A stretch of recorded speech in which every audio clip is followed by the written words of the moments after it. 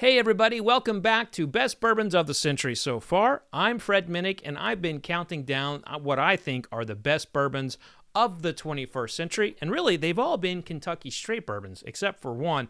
At number 30, we had Smooth Ambler Barrel Picks, which were distilled in Indiana, the MGP Ingredients Distillery, and aged for a little bit and bottled at the Smooth Ambler Distillery in West Virginia.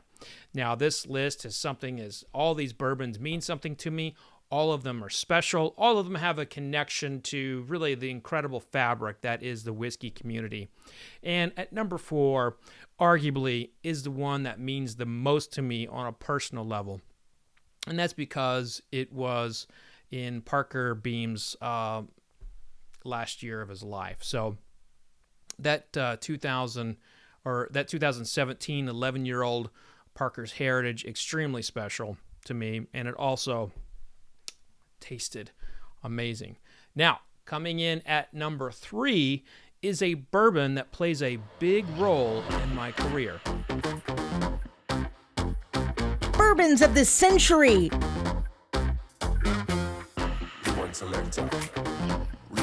At number 3, Michter's 20-year-old from the year 2012. Now, this was a very limited edition, very limited release, and it was sent to like major hotels and high-end restaurants all over the country. So this was a bottle that would go toe-to-toe for people who were, high rollers in Las Vegas or, were renting limos for special date nights in Manhattan.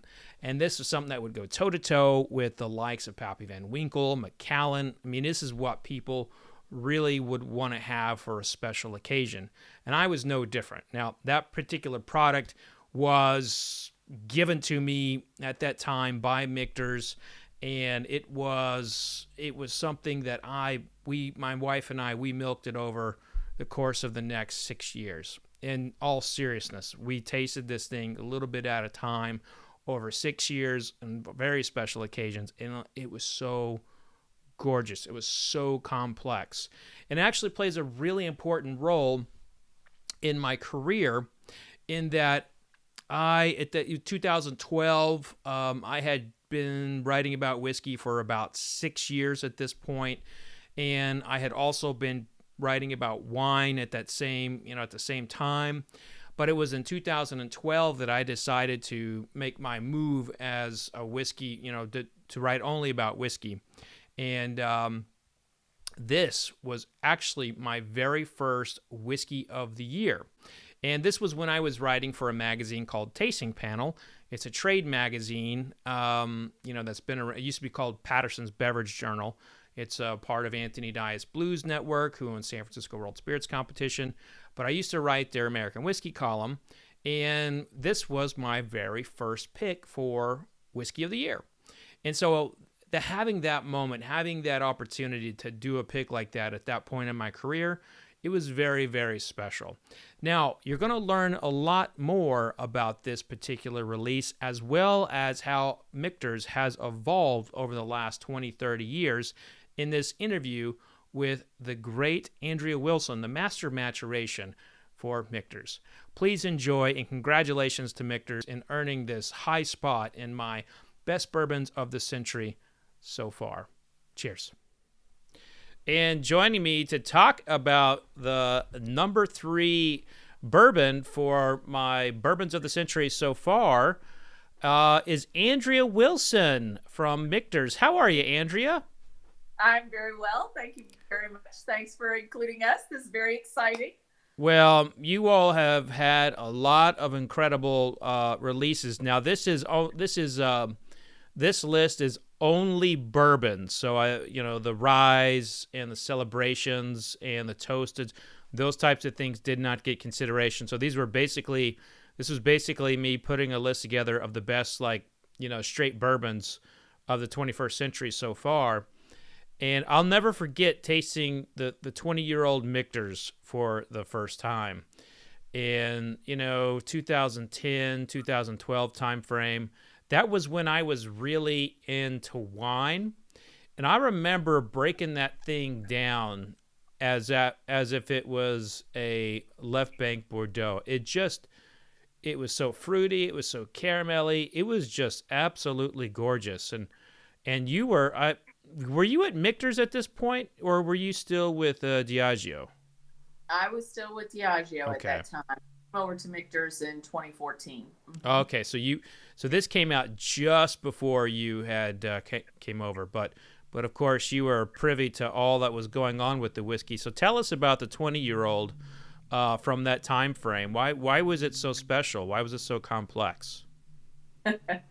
Um, well, first of all, I guess let me say I think it was pre my time here at Michter's, so it was part of our phase one operation. So Mm. if you know about Michter's phase one operation was really Joe and his family sourcing barrels across the beautiful state of Kentucky that he really felt were going to be of a flavor profile that he would want Michter's to be in the future. And then phase two being contract distilling with a great Kentucky distillery, and then moving on to phase three, which is our full campus here in Shively, where we now produce and distill.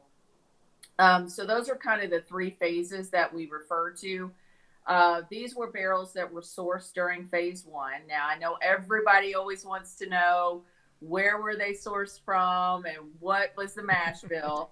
The trouble with all of that is that, obviously when you purchase something, there's a legally binding agreement. So I can't disclose that information. But I always tell people, I think it's part of the beauty. It's part of the mystery of this beautifully luxurious whiskey. I think in Michter's case, what makes it so amazing is that it's not overly oaked. Like, this is a whiskey that for me, and I don't have probably the same sophistication of words that you do, Fred, in terms of descriptors. But what I recall about this whiskey is there's this incredible, like, black cherry depth to it that has this beautiful licorice characteristic, and it's got this very gentle oakiness to it. And that's one of the signatures of Michter's, is that the gentle maturity that is shown through these whiskeys. This is a whiskey that's aged over 20 years. It's long finish, Mm-hmm. but you're not left feeling like, gosh, it seems so woody and so overpowering with the wood experience. And that's part of creating the delicate balance of, all of the esters that come through the fermentation process, but then balancing that with the beautiful, beautiful oak extractives that come later through the maturing cycle. So I always tell people, everybody wants to talk about the mash bill. Everybody wants to talk about, the distillation. Everybody wants to talk about that. But really, the creation of something beautiful like the Michter's 20-year is this process of so much that has gone into the front end of the process, but then so much that's also gone into the back end of the process. It's a complicated series of many reactions, many processes, many variables over time, but it's really the attention to detail and looking after all of that over time that gets you that result. And this 20-year-old too, it also has a kind of a special place in my career, in that it was the first time that I had declared a whiskey of the year. And when I did that, for tasting panel, I was still, I had been covering bourbon for a bit, but that was kind of that was kind of a moment for me. So like it has and one of the things that I remember thinking at that time was that this was one of the first brands that is kind of following that model that like Julian had done with Pappy Van Winkle, and showcasing older stocks like really, really well.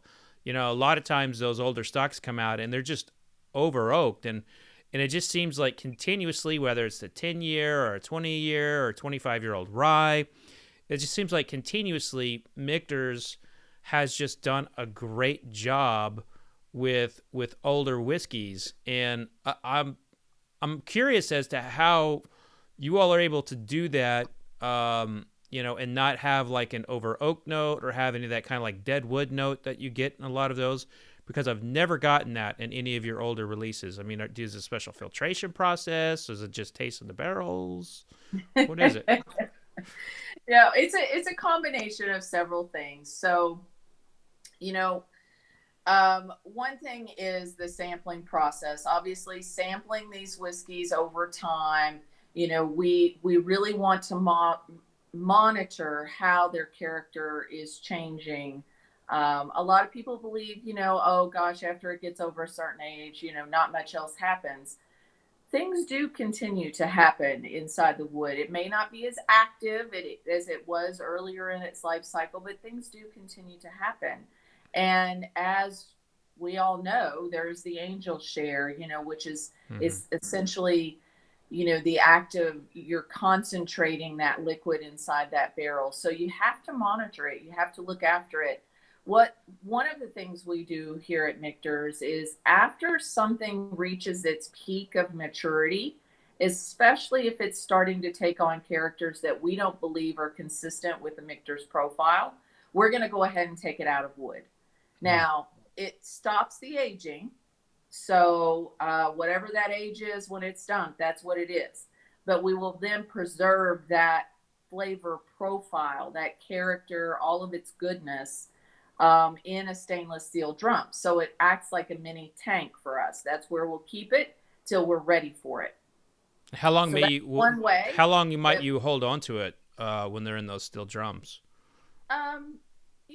It varies. The idea is not to keep it in, drum for, another 20 years. That's not the idea. We want to use them. So if we remove it from wood, the idea is that it's probably going to go in the next cycle of that, release, because we don't want to hold it forever. A drum is a drum, and you can seal it the best of your ability, but it still has the act of breathing. So, we want to make sure that we're trying to control it as much as we can and minimize any further loss to that liquid.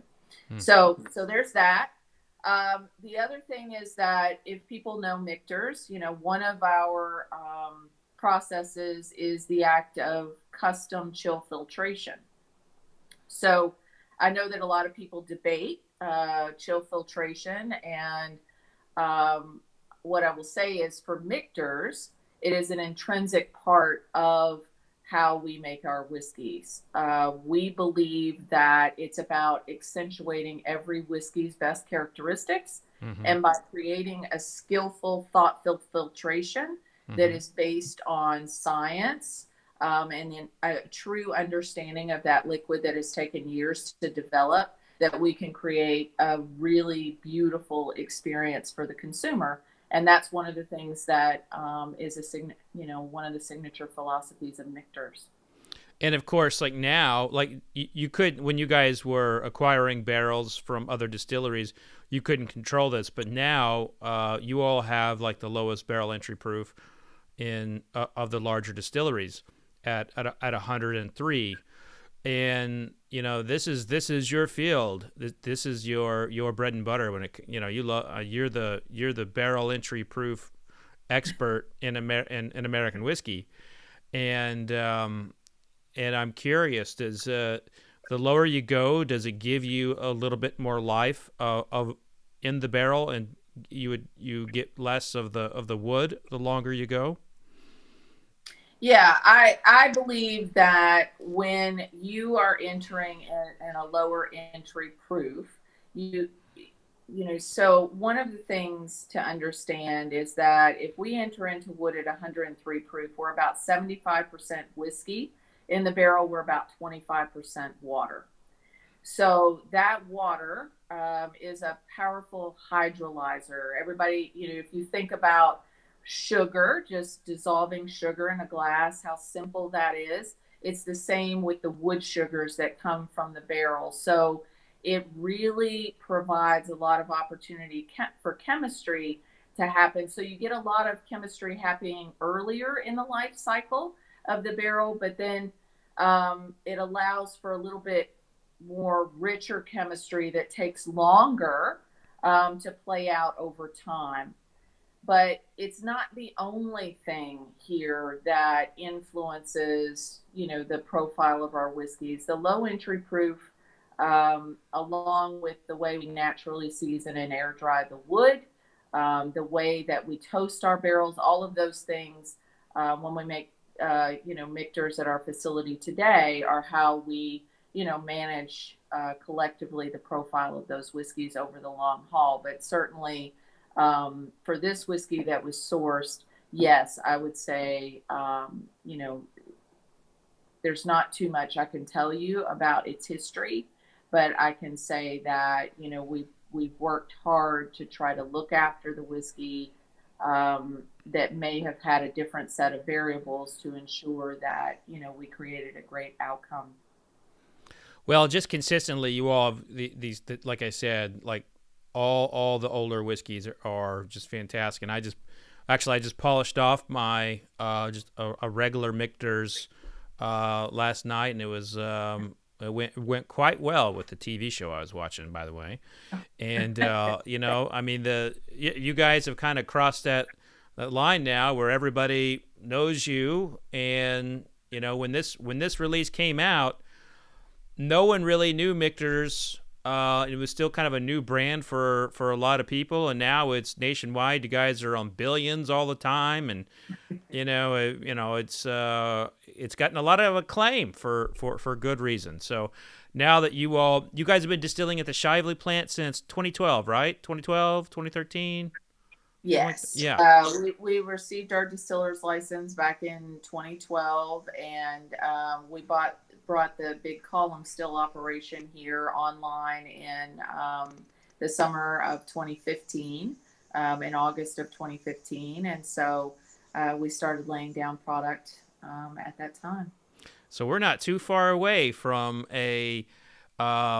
from one of your like Shively Distillery's like older releases. I'm very excited about that because I've had the distillate, I've had the whiskey out of the barrel, and everything that I've tasted is like stuff's progressing nicely, and I can't wait to see how the stocks taste at like 10 years old. And man, good things to look forward to, Andrea. we are as well. I mean, it's such an exciting time. Thank you for all your kind comments. I just want to say one thing, and it's really a testament to the team here. I think the family has done a brilliant job of really putting together a very successful team. We work together very well. We work very hard. We're equally as passionate as the family. And it's all of this, enthusiasm and excitement and passion for this family, for this brand, to really deliver something that is amazing for our consumer base. And that's something that we really believe in. So, when we talk about trying to make the best American whiskey, that's truly a goal that we have every day. It's not some marketing tagline. It's something that we as individuals here work really hard to deliver every day. So yeah, we're super excited. The whiskey is really good. We think people are going to love it. And we're really excited on the journey. And this team has done a great job of looking after all the details. Now here's the other part. While this is on the list for the best bourbons of the century so far, I don't think it's the best thing that you guys have put out this century. You want to take a guess of what my favorite Michter's product is of the 21st century? I don't know. I'm all full of lots of ideas right now, but I'm excited to hear what you have to say. The 25-year-old rye Okay. from that time. I mean, it's probably it's either the best rye I've ever tasted, or it's like real close to a couple others from the pre-1960s when they changed the barrel entry proof. But it's just, I mean, that rye was just heavenly. And then Celebration, the last Celebration that came out, was another level of complexity. So again, you all are hitting those the all the good palate points with those higher those higher echelon whiskeys, and I just think that's great because we need more of that, but we also still need that $40 bourbon and under $40 bourbon, and your stuff's doing just fine there as well. Yeah, I think it's these whiskeys are incredible, but I will just say I am never disappointed with just purchasing a bottle of our regular US one line, our bourbon, rye, American, sour mash. They have the same equal passion in them. They just maybe don't have a similar age profile, but even our basic US one line is between 5 to 7 years old. So and with all the things that we're doing with the natural seasoning and air drying of the wood to get rid of bitter green characters, toasting to allow access and integration of more of the wood extractives, and then the heat cycling. So during the winter months when we naturally, we heat up the warehouse, but then we naturally cool down to increase the interaction between the wood and the whiskey. All of those things are increasing the maturity profile of that whiskey as well. So you can get a really great whiskey experience, with just buying our everyday bourbon. But certainly the complexity, as we all know, develops and continues to develop over the aging cycle. And that's something that creates a beautiful whiskey in your glass that you can sit with for a long time and keeps giving you different experiences. And that's one of the beauties of the older products, is how they oxidize and evaporate in your glass really can contribute to an overall great older whiskey experience as well. And let's not forget that Michter's Toasted has become one of the more highly sought after releases that are coming out every year. So you can't find a bottle of that, and believe me, I've tried. So well, thank you. The toasted releases are really fun to do. Basically we take, if it's our we just released our toasted barrel strength barrel finish rye here for Bourbon Heritage Month in September. And basically, we take our rye, we age it 5 to 7 years, just like we normally would. And then we take that single barrel, we dump it, and we put it into the contents of that single barrel, then go into a toasted only barrel with a specific profile. And they are aged there for a period of time that we don't share. Every time we do it, there's something slightly different. So we choose not to share that information.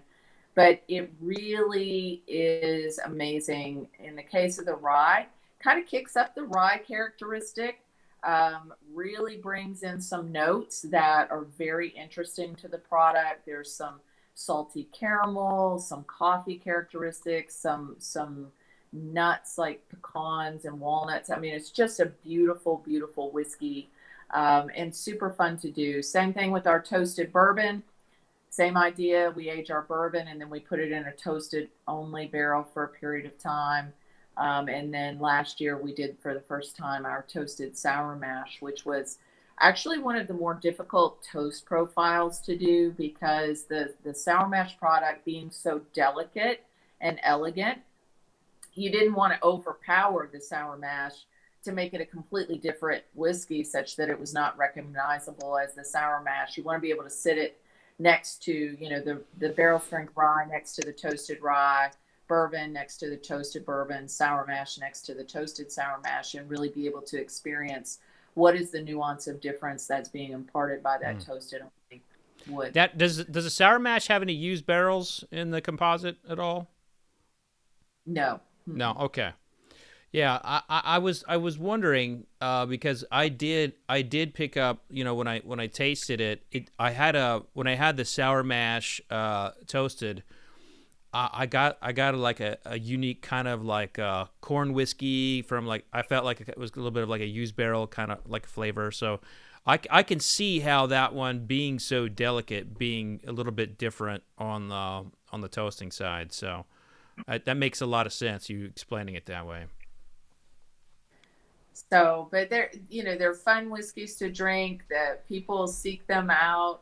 We've been very, people have been very supportive of that line of products, and so I'm sure we will continue to do them.